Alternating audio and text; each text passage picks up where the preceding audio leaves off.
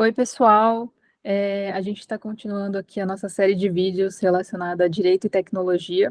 Hoje a gente chamou o Vinícius Chagas. Obrigada, Vinícius, por ter topado. Ele tem um contexto super interessante relacionado à blockchain. É alguém que vem do direito, mas também está super inserido na tecnologia e vai compartilhar com a gente um projeto super legal que ele faz parte. Vou deixar ele se apresentar, dar todo esse contexto, mas seja bem-vindo e muito obrigada por você topar participar. Valeu, Amanda. Valeu, Leilane. Tamo junto. Eu que agradeço o convite.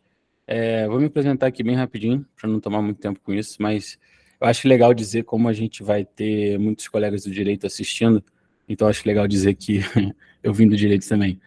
Então, hoje eu sou engenheiro de software, eu trabalho como engenheiro de software numa empresa e também estou nesse projeto que eu vou apresentar um pouquinho aqui, que é um projeto do governo, que é um programa, na verdade, da Rede Nacional de Pesquisa, que é a internet avançada e tem várias frentes. 5G, mais voltada para infraestrutura, outras frentes, e a minha frente é a área de blockchain. E a gente trabalha num programa chamado Piloto Blockchain, e eu vou explicar um pouco como é que funciona, mas o grande objetivo é trazer mais e mais pesquisa e, por conseguinte, usos para blockchain. E aí, explicando um pouco da minha trajetória, né? Eu sou formado em Direito, só que lá nos meados de 2020, inclusive foi quando eu conheci a Leilane, eu estava ali me metendo mais para tecnologia, para blockchain, só que eu acabei me metendo demais e fui e acabei não voltando. Então, eu acabei investindo em formações na área de TI, comecei a trabalhar como desenvolvedor, e aí fui. E aí, nesse momento, eu estou atuando mais como desenvolvedor de software e pesquisador com blockchain, mas eu nunca vou perder a formação que eu ganhei com direito, né? Então, acho que o grande diferencial que eu consigo ter hoje, a grande mensagem que eu consigo passar hoje é falar para pessoas que não são de tecnologia, que não são necessariamente técnicas, explicar, desmistificar e explicar a tecnologia, porque eu também não vim sempre da área de tecnologia, né? Então, acho que eu consigo ter essa comunicação mais fácil com o público de negócio e de direito, com certeza. Bom, então, sem mais delongas, vamos lá. A gente vai falar de blockchain aqui, né? Mas antes de falar de blockchain, eu acho importante a gente falar do que é a internet, e eu gosto sempre de fazer esse paralelo, para a gente não sair falando já blockchain, aí já começa às vezes a pessoa tem um bloqueio, ou então às vezes já cai naquela explicação com algumas palavras, mas que acabam não fazendo muito sentido, né? Então, uma rede descentralizada é uma cadeia de blocos com uma criptografia assimétrica, blá, blá. Então, para fazer sentido, eu acho que vale a gente partir da internet, que é o que a gente usa todo dia e está nas nossas vidas. Então, o que é a internet no fim do dia? E eu resumi aqui em 3 linhas, né? É um conjunto padronizado de regras para que computadores possam trocar informações à distância. Então, a internet é isso. Eu gosto também de uma metáfora, que é como se a internet fosse uma rodovia que interliga os computadores, e aí essa rodovia está trocando informação, né? Os caminhões, os carros estão levando informação de um lado para o outro. E é isso, a internet é isso, é essa infraestrutura. Só que em cima dessa infraestrutura, em cima dos milhares de protocolos que a gente tem aí, TCP/IP, HTTP, WebSocket, vários protocolos que a gente está na camada da infraestrutura, em cima disso a gente constrói aplicações e serviços que, por exemplo, que a gente está utilizando aqui, né, para fazer essa conexão ao vivo, né, nós três, que a gente está utilizando para também compartilhar isso com as outras pessoas, tudo isso está numa camada acima, na camada das aplicações, mas por baixo a internet, ela simplesmente é uma forma de conectar computadores à distância. E a internet, ela foi muito boa, e ela é muito boa para isso, para trocar informação. A gente consegue trocar, compartilhar conteúdo, criar conteúdo no Instagram, criar conteúdo no Twitter, isso a gente consegue fazer, e toda aplicação hoje vai te permitir enviar uma foto, enviar um vídeo, o que quer que seja. Mas tem uma coisa que a gente não consegue fazer da mesma forma, que é todo mundo salvar um conjunto de dados. Todo mundo tem um registro, tem algum lugar que a gente possa validar alguma informação, tem algum lugar que a gente possa controlar o estado de uma informação. E aí que entra o blockchain. Então, enquanto a internet é só esse meio de trocar informação entre computadores, o blockchain ele vai ser um conjunto padronizado de regras, e aí para que essa rede, né, esse conjunto de computadores vai concordar sobre o estado atual de um conjunto de dados. Aí, pô, calma aí, estado atual de um conjunto de dados. Então, vamos lá. Conjunto de dados é só para deixar da forma mais abstrata possível, porque isso pode representar qualquer coisa, né? O conjunto de dados pode representar uma transação financeira, pode representar a localização de um produto, pode representar a sua identidade, pode representar, enfim, N coisas. Então, conjunto de dados sempre vai ser transformado numa informação no mundo real. E o estado atual é porque um dado aqui, os dados que a gente utiliza para controlar nossa vida no mundo real, eles são mutáveis, eles estão sempre mudando. Então, se eu tinha um saldo de R$ 100 hoje de manhã e eu paguei alguma conta de R$ 10, agora eu tenho 90. Então, o estado da minha conta, ele atualizou. E a gente não tinha, até blockchain surgir, uma forma de vários computadores aí ao redor do mundo que não se conhecem, que não se confiam, que não confiam entre si, concordarem sobre o estado atual de um conjunto de dados. E blockchain faz isso. Então, agora, além de poder trocar informação, a gente pode ter uma forma de registrar, de salvar a informação e fazer isso de forma descentralizada com todo mundo concordando com o estado atual daqueles dados. Então, isso é a grande inovação que blockchain traz. E blockchain é um guarda-chuva que tem várias coisas embaixo, tem várias formas diferentes de blockchain, tem blockchain privada, blockchain pública, tem milhares de mecanismos de consenso, mas isso não importa, essa parte é mais para quem vai construir blockchain, é mais para quem vai estar preocupado com essa parte de infraestrutura. O que importa é, a gente tem como ter um registro compartilhado, público, né, como se fosse um cartório público digital, eu gosto de chamar assim, cartório público digital, ainda mais para quem é do direito, né, porque você vai lá no cartório, tem lá aquela pilha de documentos físicos impressos, e aquela pilha de documentos ela vai estar com o estado atual, por exemplo, da propriedade do imóvel. Então, transporta isso para o mundo digital e a gente tem blockchain. Então, isso é blockchain. Bom, e como eu falei, né, ele vai salvar um conjunto de dados, mas esse conjunto de dados pode representar N coisas do nosso mundo real.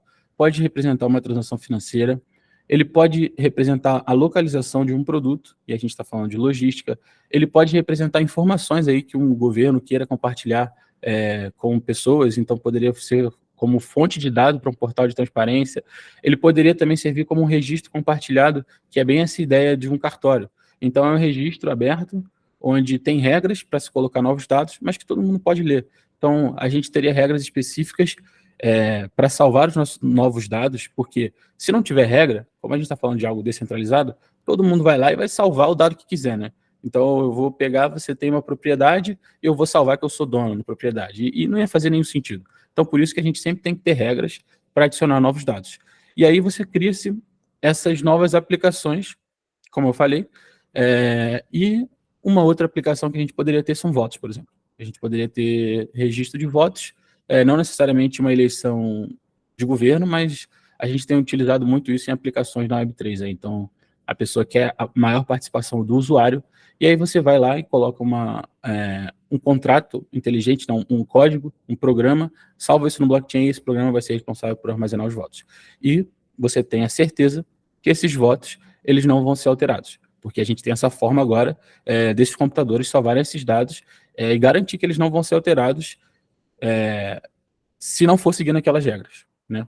Então, o blockchain, ele traz na camada da infraestrutura, isso que eu acabei de falar, né? Uma forma de registrar dados, garantir que esses dados só vão ser alterados se seguirem as regras e, em cima disso, a gente pode construir várias novas coisas. Só que a gente ainda está num momento muito inicial, a gente ainda está testando muita coisa, tem coisa que eu vou falar aqui que daqui a 3 anos talvez não faça mais sentido, e tem coisas novas que eu não vou falar aqui e daqui a 3 anos vão fazer sentido. E aí, antes de falar da pesquisa em si, a gente tem uma questão muito forte, assim, de na hora de construir produtos com blockchain, é que a infraestrutura de blockchain é complexa.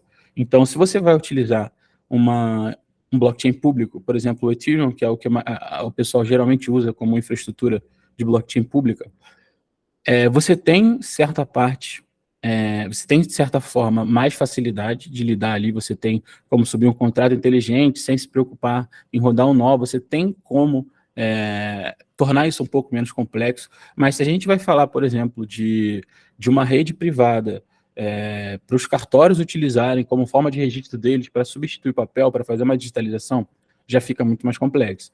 Se a gente está falando de uma blockchain privada para um setor da economia, por exemplo, para as instituições financeiras, também fica bem mais complexo, porque você vai ter que fazer toda a gestão dos nós, do protocolo, mecanismo de consenso, toda a gestão da rede em si, né? Porque geralmente quando a gente fala de blockchain, a gente fica muito preso a ligar as ideias, né, e as questões de blockchains públicas, como o Bitcoin e o Ethereum. Mas existe, como eu falei um pouco antes, esse blockchain é um guarda-chuva e existem milhares de tipos e já existem soluções de segunda, terceira camada em cima de blockchain, enfim. E a gente não pode negar que é uma infraestrutura complexa. E aí que entra esse projeto, e aí que entra essa forma de fomentar novas aplicações e novos serviços. A internet mesmo, né, ela foi começar ali na década de 60 com a ARPANET, e ela surge como forma de pesquisa governamental, uma forma de pesquisa e militares ali, né, como tentando achar uma forma de computadores se conectarem à distância, de compartilhar informação. A pesquisa ela é muito importante para o desenvolvimento de uma nova tecnologia. A gente está hoje falando de metaverso, a gente está falando de um monte de coisa que já vem sendo pesquisado. Inteligência artificial, isso já vem sendo pesquisado há anos e anos e anos e anos. Só que agora, quando chega um produto novo aqui para os usuários, e a galera vê, nossa, esse produto realmente é foda, esquece que às vezes tem 50, 70 anos de pesquisa por trás. E o Blockchain as a Research Service, que é o que significa essa sigla, é justamente tentar fomentar mais e mais pesquisa para que a gente consiga mais aplicações e mais serviços sendo utilizados com blockchain. Então, como eu falei, a infraestrutura é complexa. Então, a gente busca abstrair toda essa infraestrutura. O que significa? Pô, a pessoa, o pesquisador, o grupo de pesquisa não vai precisar se preocupar com a infraestrutura. A gente vai criar uma rede e aí o pesquisador, a pesquisadora vão utilizar isso de como quiserem. Então, claro que a gente ainda está falando de software, a gente ainda está falando de TI, né? Não vai ser uma coisa totalmente simples, 100% para qualquer usuário, mas vai facilitar muito o trabalho de um pesquisador, de uma pesquisadora que queira só ter ali a infraestrutura e colocar smart contracts, colocar, sei lá, montar uma rede de teste para validar alguma hipótese, enfim. E a gente espera, isso está em desenvolvimento ainda, e a gente espera que a gente tenha mais e mais serviços e aplicações, inclusive no governo mesmo. A gente sempre fala de como o blockchain pode ser utilizado para melhorar serviços, para melhorar algumas burocracias que a gente tem, né, registro societário, cartório, registro geral de imóvel, nossa identidade, né, isso de fazer tudo isso de uma forma digital. Então, a gente espera que os resultados sejam, que é o próximo slide, a gente espera que justamente a gente tenha mais pesquisas na área, mais testes, porque a gente precisa de muito teste, a gente não está falando de algo que é super simples de fazer, e que mais aplicações e serviços surjam a partir disso. Então, essa que é a ideia, né, de ter essa frente de pesquisa lá na RNP, e estamos avançando no desenvolvimento, ainda não está pronto, mas a gente espera aí que a gente consiga realmente utilizar blockchain para melhorar a nossa vida como a internet melhorou, né? Que a gente saia um pouco do campo do que pode acontecer, do potencial, e que a gente consiga criar realmente coisas novas aí com blockchain. E era isso aqui de apresentação que eu tinha, agora estou livre para trocarmos uma ideia. Boa, eu acho que eu posso começar aqui puxando a sardinha para a educação, que é um pouco da zona onde a gente está aqui. Eu queria fazer uma pergunta mais relacionada assim, a gente pensa muito nos pontos positivos do blockchain, né, como algo, enfim, rastreável, descentralizado, imutável, mas eu estou pensando assim, ela é interessante esse desenvolvimento dessa tecnologia, e parece ter muitos pontos positivos para o setor público. E como a gente também, pensando que é uma infraestrutura muito complexa, como que a gente consegue implementar de um jeito que seja acessível também para os servidores públicos, né? Porque pensando aqui, pensando no Brasil, assim, né? Quantas pessoas sabem, primeiro, o que é um blockchain, né? E aí, mais do que a infraestrutura complexa de ser implementada, porque a gente tem pessoas para fazer isso como você, né? Como a gente conecta as pontas com os diversos atores que estão nesse meio, que são os servidores públicos, as pessoas, né, o cidadão, porque a gente fala dessa descentralização também como um aumento da participação do cidadão, né, como uma forma até de controle social, mas como a gente implementa isso se muitas dessas pessoas nem sabem que existe blockchain, né? Então, puxando mais a sardinha para a educação, e depois a Lei pode também comentar aí. Boa. Você tocou num ponto assim, muito importante, e aí eu acho que eu consigo ver isso a partir de duas óticas diferentes. A gente vai precisar de pessoas que saibam da tecnologia para trabalhar com isso, né, que seria educação nesse sentido das pessoas aprenderem a trabalhar com blockchain para desenvolver aplicações para as pessoas que não vão saber trabalhar com blockchain. Como a gente não Quer dizer, eu sei porque eu trabalho com internet, mas a maioria das pessoas que usam internet não sabe como é que funciona. A gente não, e eu também não sei tudo na internet, eu não sei como é que o WhatsApp funciona por baixo dos panos. Eu não sei como é que o Instagram funciona, eu não sei como é que o Google Meet está fazendo a transmissão para a gente se conectar automaticamente. Eu sei da parte que eu mexo, dos softwares que eu mexo. E a ideia é justamente que futuramente o servidor que ele não faz ideia do que seja blockchain, que ele nem está preocupado com isso, ele está lá fazendo auditoria de contas. Ele só vai saber que aqueles dados que eles estão vendo ali são seguros e que foram compartilhados por X organizações e que ele pode confiar que aquilo ali não foi adulterado. E que se e que ele vai fazer lá um input de um registro lá, sei lá, validado, e daqui a 10 anos ele sabe que aquele validado que ele colocou ali com a assinatura dele não vai ser alterado. Como se fosse realmente um cartório, como se fosse uma assinatura no mundo físico. Eu acho que eu consigo ver esses dois aspectos, assim, precisamos de mais pessoas que entendam para construir para pessoas que não entendam, porque a maioria das pessoas não tem mesmo que entender, a gente tem que fazer outras coisas. Acho que a galera, quando se apaixona muito por blockchain, pela ideia de Web3, assim, como eu me apaixonei, como eu sou apaixonado, mas acaba, às vezes, se cegando um pouco, fechando um pouco a visão de achar que o mundo inteiro vai ficar estudando blockchain, protocolo de consenso, proof of work, proof of stake. Não, as pessoas, a gente tem que ter designer que não está nem aí para blockchain, a gente tem que ter professor, a gente tem que ter médico, a gente tem que ter as profissões, a gente tem que ter as atividades e que as pessoas não estejam se preocupando com blockchain. Por exemplo, só para fechar, inteligência artificial. Eu uso o ChatGPT todo dia hoje em dia e eu não faço a menor ideia. Eu tenho uma ideiazinha, mas eu não sei exatamente como que ele funciona por trás e não preciso saber, eu só preciso utilizar. Então, acho que eu consigo ver assim, nesses dois aspectos. Boa, eu estava pensando mais também, pensando, é um meio transparente, mas transparente para quem se eu não sei nem acessar, sabe? Se eu não sei nem entender o que está ali, mas nesse sentido de eu não preciso necessariamente entender a tecnologia por trás, mas como eu promovo essa transparência para quem nem sabe que existe. Nesse sentido, mas eu entendo esse ponto de eu não Entendi. preciso necessariamente entender a tecnologia por trás para que eu a utilize, principalmente servidores públicos, né? Que você implementa um sistema, esse é o sistema que eu vou usar como servidor, né? Exatamente isso. Mas entendo. Lei, se você quiser, não quero também tomar muito tempo, se quiser passar para a próxima pergunta, só para a gente aproveitar o tempo que a gente tem aqui com ele. Vou aproveitar o Vinícius aí, apertar ele ó, no extremo, brincadeira.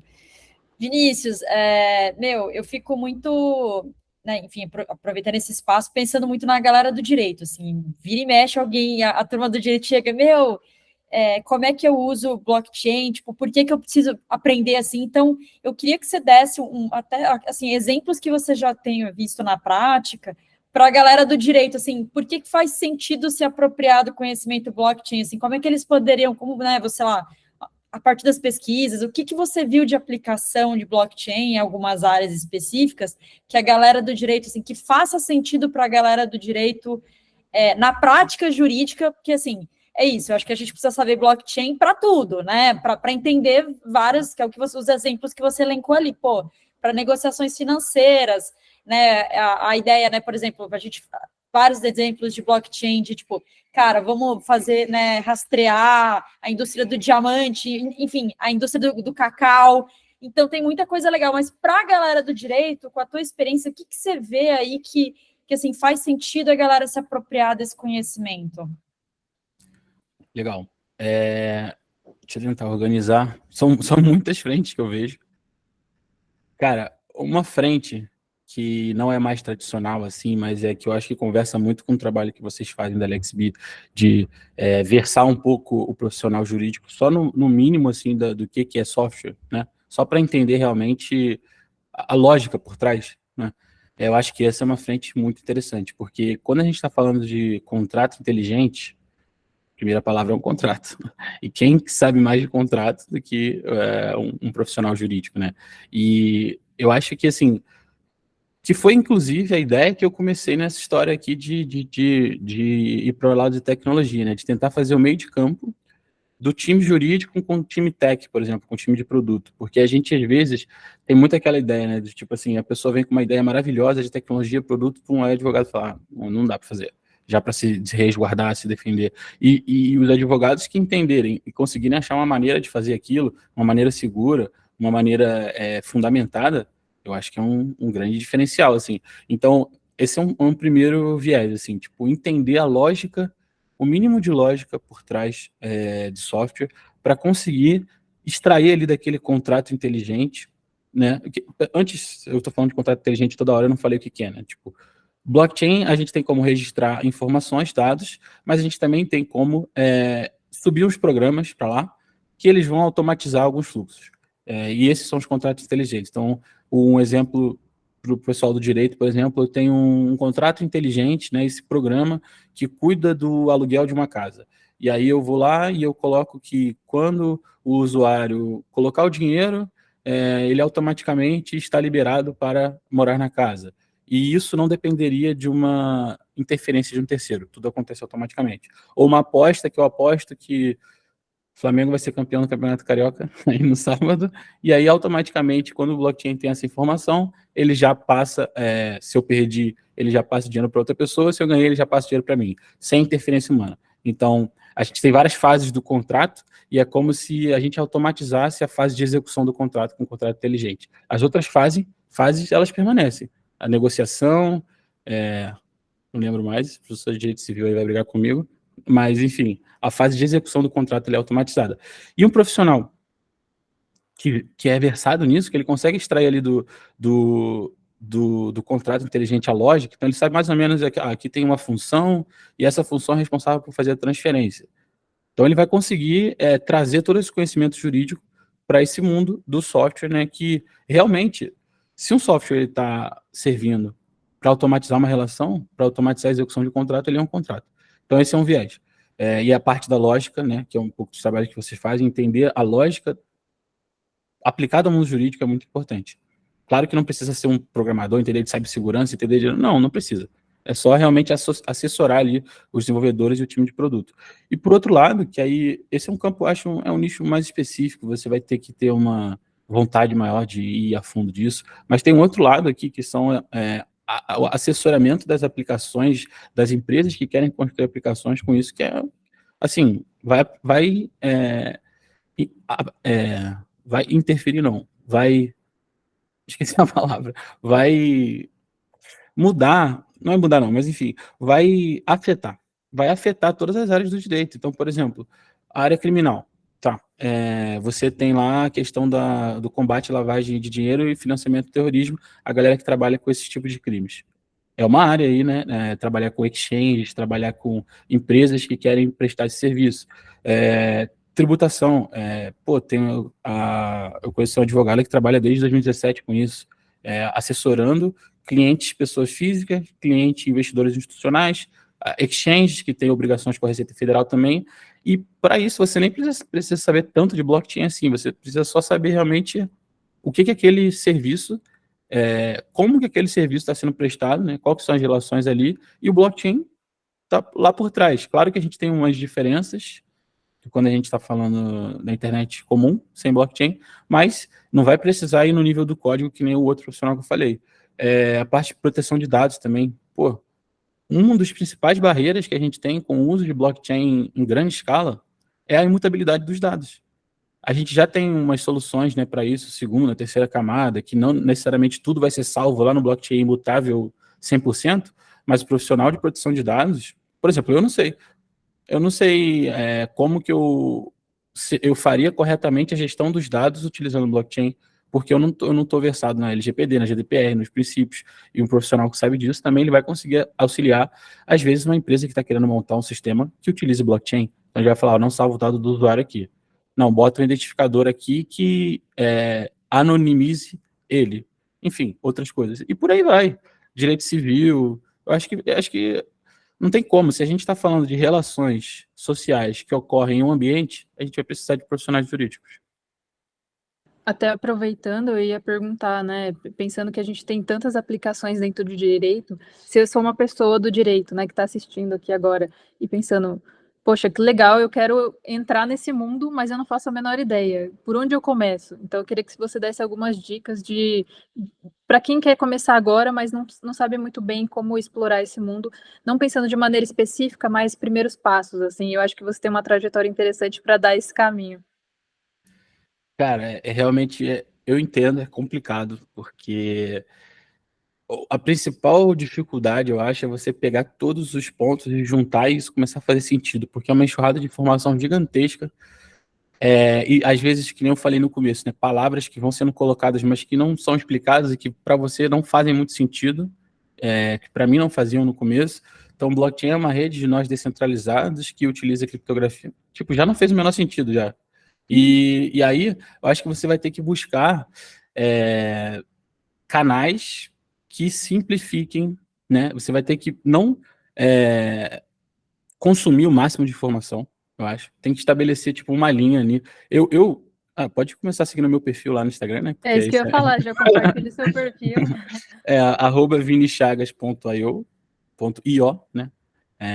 @vinichagas.io, que a minha ideia é justamente trazer isso para quem não necessariamente quer saber da tecnologia. Eu percebi que muita gente está falando de blockchain e Web3 para quem já está nesse mercado, para quem já está em blockchain e Web3, então usa-se os termos e toda a cultura de Web3 já. Tem muita gente falando da tecnologia em si, falando dos aspectos de blockchain, tal, e pouca gente falando para o resto do mundo inteiro que quer saber, mas não quer saber tanto. Tem que se preocupar com outras coisas. E tá tudo bem, não precisa realmente se preocupar com tudo de blockchain.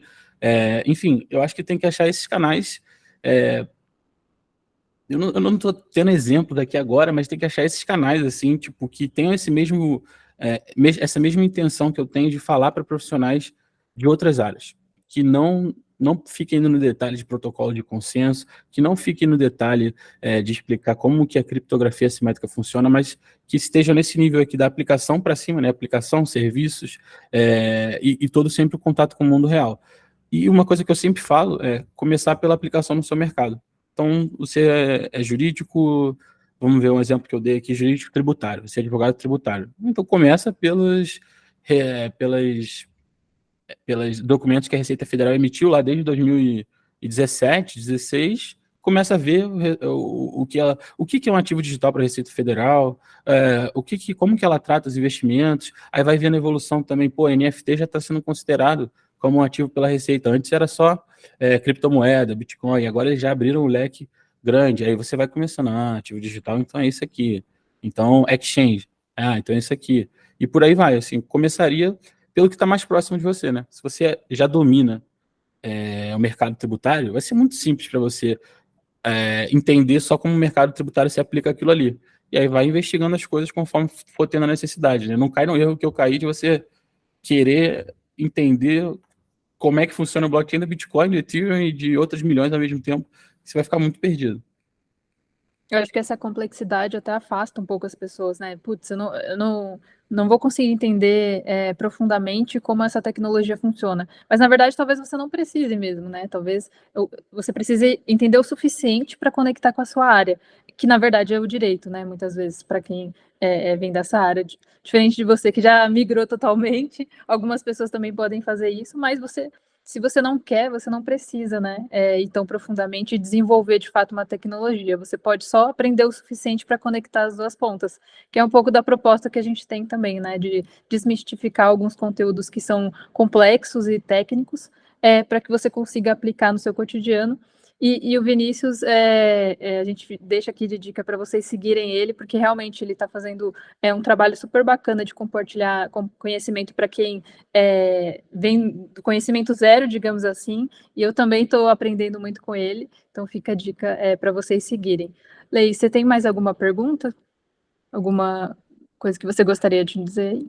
Na verdade, só agradecer ao Vinícius por esse bate-papo de novo. Acho que é tão importante a gente trazer pessoas, essas pessoas diferenciadas, né, que se propuseram ali a sair fora da caixa. Então, agradecer, Vinícius, por você trocar uma ideia com a gente. E é uma honra ter você aqui de novo, né, uma pessoa do direito, por isso que eu acho muito massa. É o que você falou, tipo, cara, é curiosidade, né? No final das contas, é isso, assim. Saímos do mesmo, as 3 pessoas que estão aqui nessa conversa saíram do mesmo lugar do direito, mas tiveram curiosidades diferentes, por temáticas diferentes, e foram ali explorar, né? Então não é impossível, não é para. Eu sempre gosto, acho que o Vinícius trouxe isso de uma também forma super gentil também.